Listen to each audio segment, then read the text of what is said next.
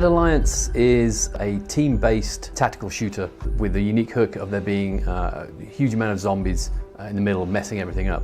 Unlike many other first-person shooters that have zombies in them, the aim of the game is not to mow down as many zombies as you can. The whole point is that you use the zombies as a tactical weapon against your enemy. You can use special weapons that we've developed in the game that you can either turn them into attack dogs for your team, for example, or you can use them as defensive shields. It adds a very, very unique tactical hook to the game, making it pretty different from most first-person shooters you're ever going to play. So the story in Dead Alliance takes place in the future after the zombie apocalypse has already happened. What we have left now is some of these warring military, paramilitary factions who are fighting over the resources that are left.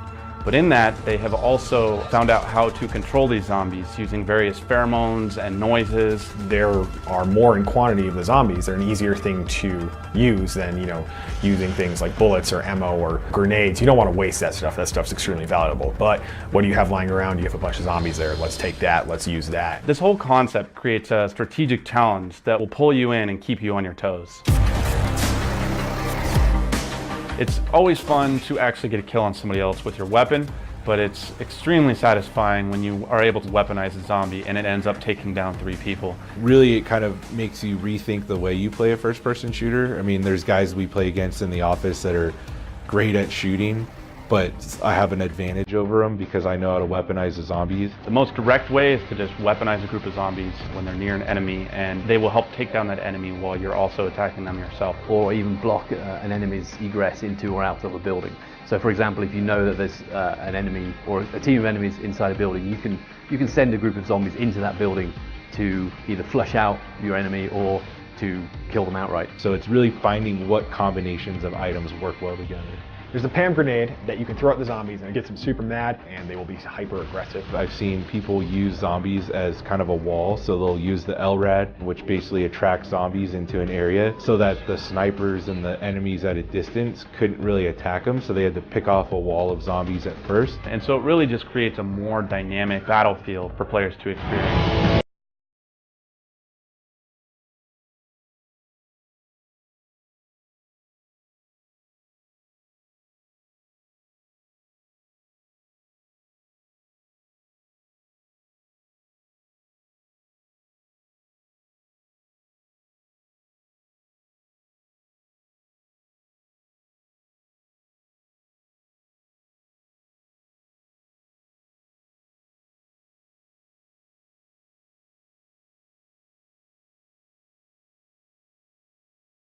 Dude, she's gonna regret every word.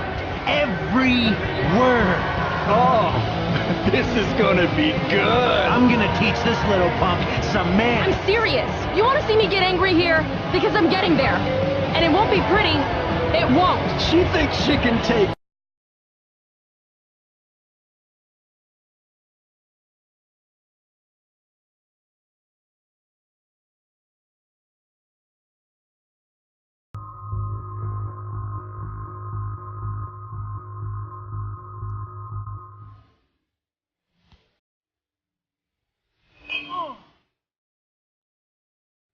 Rachel?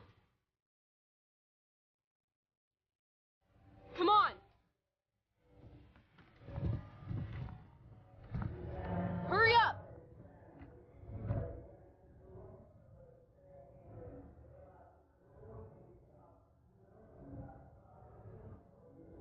Let me go, Frank. Not gonna happen. Calm down. Come on, man. Walk away. Screw this. Bullshit. Get the fuck out of here.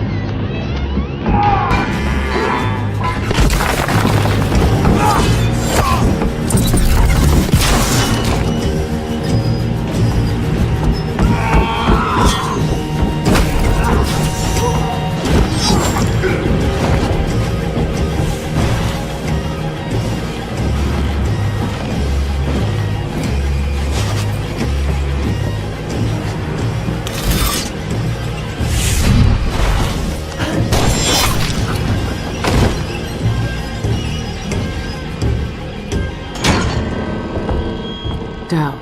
It's good to see you, old man. You up for one last job, Billy? Who's the mark? The black-eyed bastard responsible for all the chaos. We're gonna kill the outsider.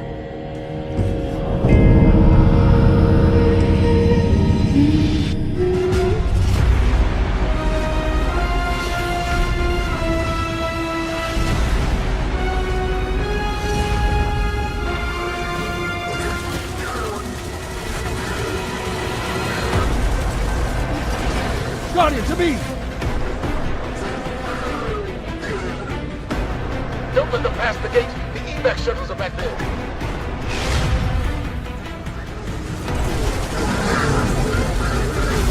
Red Legion are well trained, but we are better. We will hold this line until the last civilian is safely away.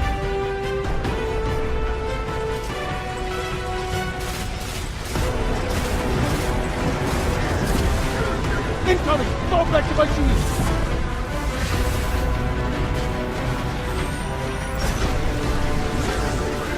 More Red Legion! Show them what Guardians are made of!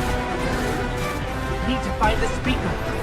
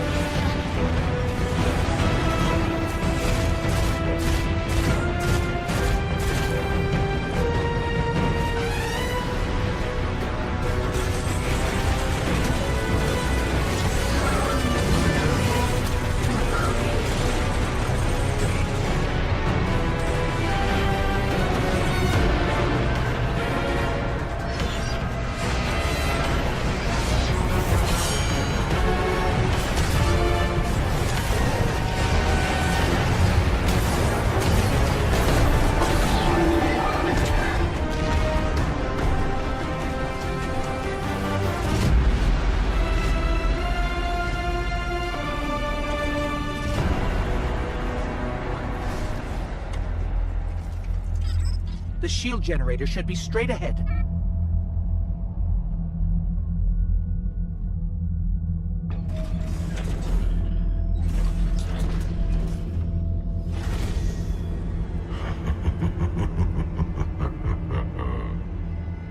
Your journey ends here.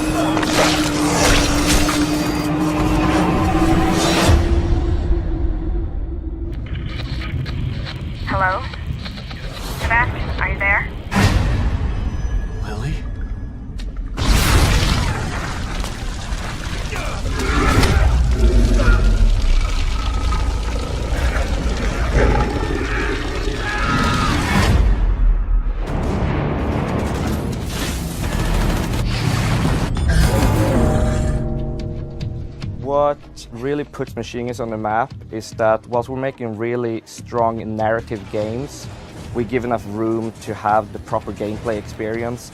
So if you look at it from a scientific point of view, it's a fantasy, it's not real life. But from an emotional point of view, we want it to feel real. We want you to feel like you're there. Nazis work really well because we can all agree that they're bad guys. You don't mind wiping them out. I mean, who doesn't want to kill Nazis? Let me first make it absolutely clear that I am not a Nazi. The Nazis have really expanded when it comes to research with the technology. So you will see old versions coming back but improved with new technology, but you also see completely new enemies. We have bumped them up a bit. They are a little bit bigger, more intimidating, more fun to kill, I hope. If you're up for the challenge, you can definitely bring out your biggest guns and try and take them head on. If you're good, it might work. On the other hand, if you want to be more clever, maybe you want to find a vantage point, bring up a weapon that you attach a scope on, and maybe even a silencer, and start taking them out from afar. You go down, you start sneaking, start taking them out with melee moves in a more precise manner. With stealth in Wolfenstein, it's not about avoiding contact or avoid killing, it's about how to kill them silently, how to take them out one by one. If it goes wrong, you can still just bring up 2 weapons and clear the room. Each combat scenario has 1 or 2 commanders, and those are the important targets. What we're doing now for New Colossus is to make sure that the commanders can call for reinforcements several times. I think the coolest thing we've done is that you can now dual wield freely. You can mix the weapons any way you want with left and right hand. I enjoy having like a precise silent weapon in one hand and then like my backup if shit breaks loose. This is my go-to, so I don't have to start switching weapon during combat. But you can also see people going with 1 long range and 1 close range. You know, you walk around the corner, you have your close range weapon ready. And some people just want 2 shotguns. We are introducing a hatchet. That gives us a lot of opportunities to make the takedowns a little bit more excessive. There's a lot of things you can do with a hatchet and a Nazi. No matter how crazy things get, you're always emotionally invested in what you're doing. We don't want the player to just play BJ Blazkowicz. We want the player to feel like they actually are BJ Blazkowicz. For this game, our theme was catharsis. So at the end of it, I think you will be ready to go out on the streets and start a revolution.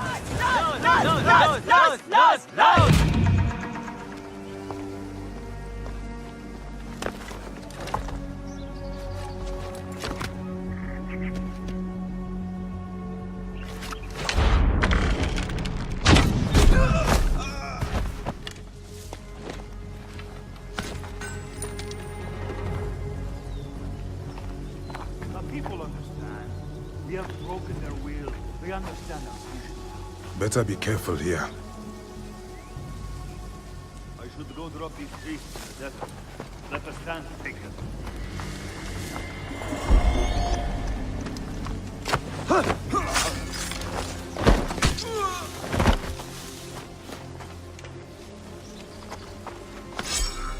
A fine bow.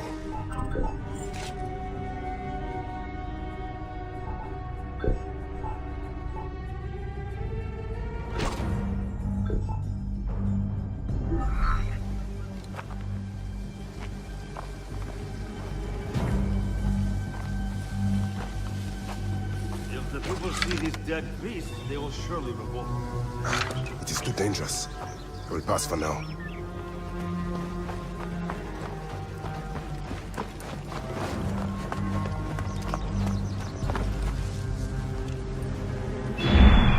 Guide me, Senu.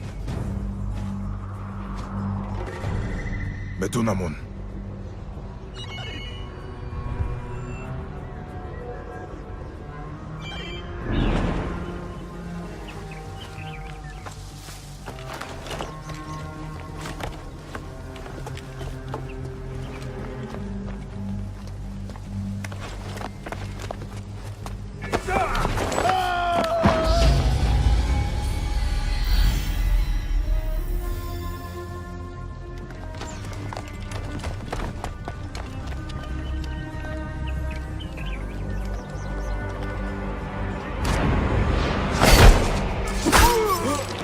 You will die, Medunamun.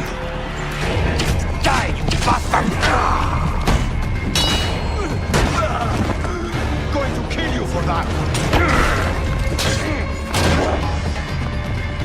See what is mine!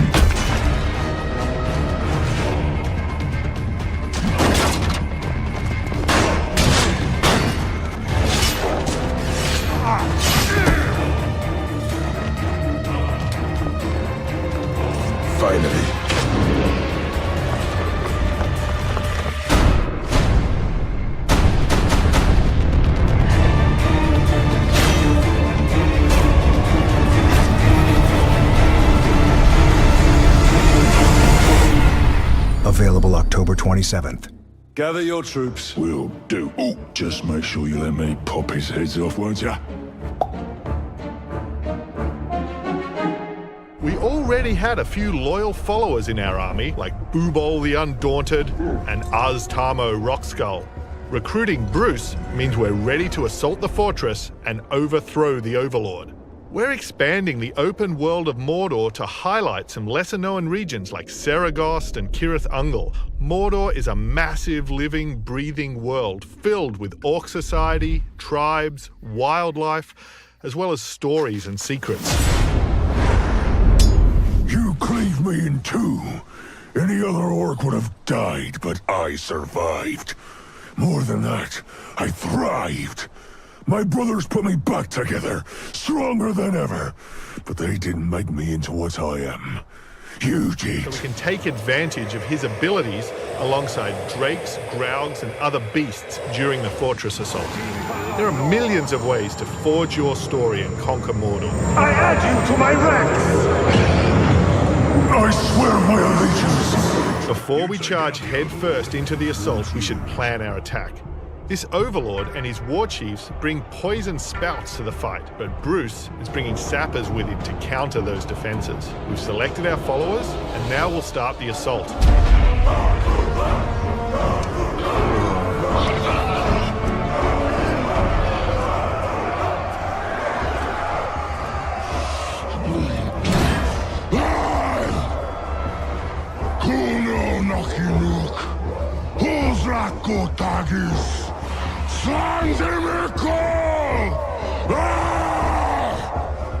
My black speech is a little rusty.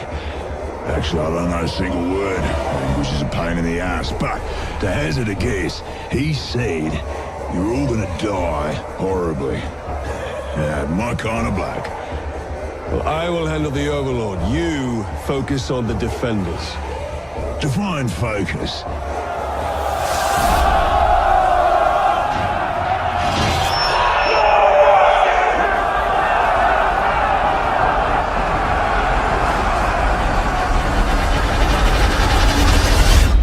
Unlimited ways to forge your story and conquer Mordor in Shadow of War.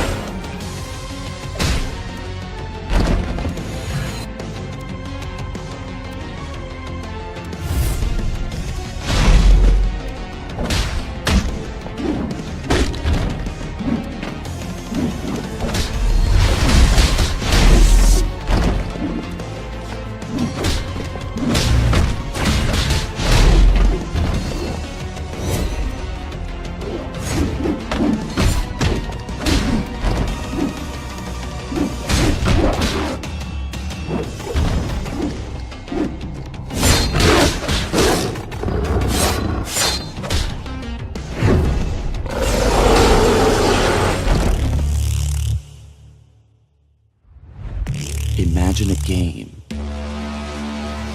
without limits. A world where you can build anything from spaceships to orbital stations.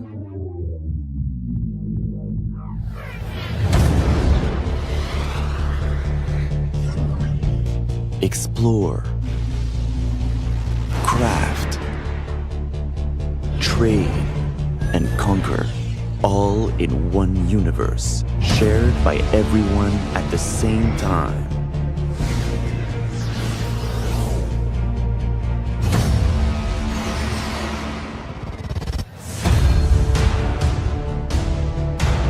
Forge your collective story. This is your world. Rebuild civilization together. dual universe.